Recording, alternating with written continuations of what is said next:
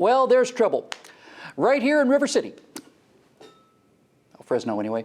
Once again, a grave sin has been committed against Americans of color, and so once again, we must bring in Steve Green and Scott Ott to help us solve and bind this wound. To our national honor, welcome, gentlemen.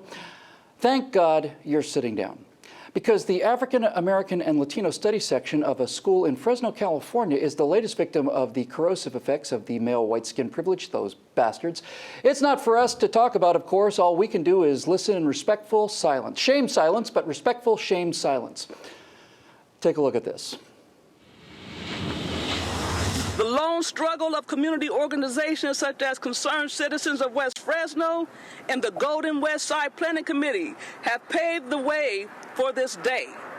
Yet, many people in the community are not completely satisfied for various reasons, such as the district's hire of a white male to teach African-American-Latino studies.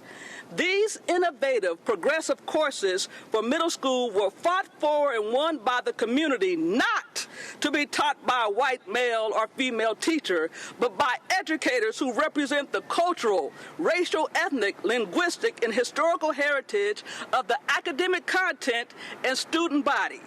The district's decision to hire a white male to teach African-American Latino studies is antithetical to many people's desires within and beyond West Fresno, who know the significance of having African-Americans and Latinos teach African-American Latino studies respectfully. This controversial hire will continue to be challenged until a desired end is reached, because the district does not know what is best for our West Fresno school and community. Yeah, they hired a white guy to teach African-American and Latino studies. It's the crime of the century, probably. Steve, all I can say, first of all, is thank God for the highly trained security staff that was there, because otherwise, Reverend Karen Crozier might have been torn to shreds by the raving packs of white racists that surrounded it. There's actually fewer people watching this statement than there are actually making it. So I'd love to hear what you have to say about her position, but first, would you care to make a comment on the physical courage displayed by Reverend Crozier? Because it's Selma, Alabama all over again, isn't it? Yeah, physical courage. I really only have one thing to say. I'll keep this one really brief.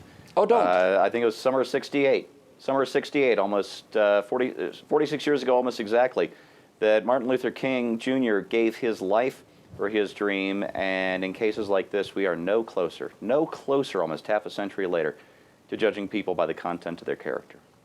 Pretty simple, isn't it, really? Pretty simple, yeah. Guy gets shot because he says, I'd like my children to be judged not by the color of their skin, but by the content of their character. But we can't have that.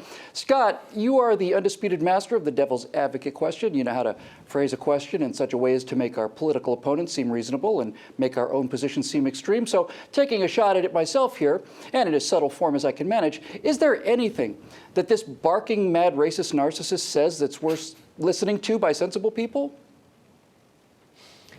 Well, first of all, I don't think you should refer to Steve Green as a barking, mad socialist, whatever it was that you just said.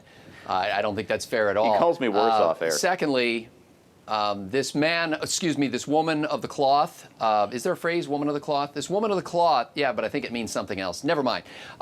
Anyway, the fact that she is standing up in public and boldly speaking truth to power, I think should inspire you to grant her deference to whatever it is she's trying to say there. Reading from her iPad.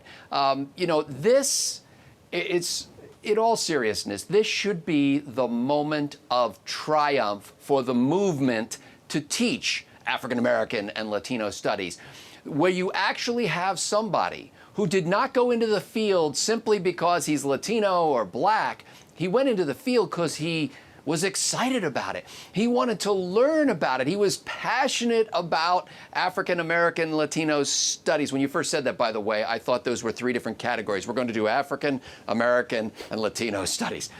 This should be the triumph of the movement, and they should be applauding the fact that no longer is this determined by race. We've broken through that, and the white people now want to proclaim the glories of our African-American and Latino heritage.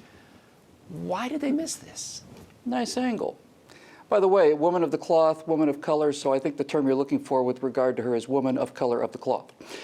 My friends, Reverend Karen Crozier represents the end of the American experiment, which we Trifecta viewers should know by now is the end goal and the only goal of the progressive movement. Because e pluribus unum, out of many one, means that in America, any human being is an individual who comes here equal and unprivileged. That's what I believe. I know that's what these two guys believe. And it's the belief that here in America, background no longer matters. We're all one people composed of individuals, and that's always been our unique strength. What this woman is saying is that certain knowledge is privileged and can only be taught by certain people. Now, if I were to say that Black or Latino teachers were unable to grasp and therefore teach Shakespeare, due to Shakespeare being a white European and therefore beyond their ability to comprehend and transmit what he was saying, then I would be rightfully ridden out of town as a bigot and something of an idiot as well. So the division of America into tribes, each with its own privileges, but especially with its own grievances, is tearing this country apart, and that's not an accident. It's what it's designed to do. And the great tragedy that we will not hear taught in African American studies anywhere is that the first African American president was drawn from and fully supports this community organizer, race-based grievance mongering. He's a disgrace, and she's a disgrace, and people like her make me want to go take a shower. For PJTV, I'm Bill Whittle.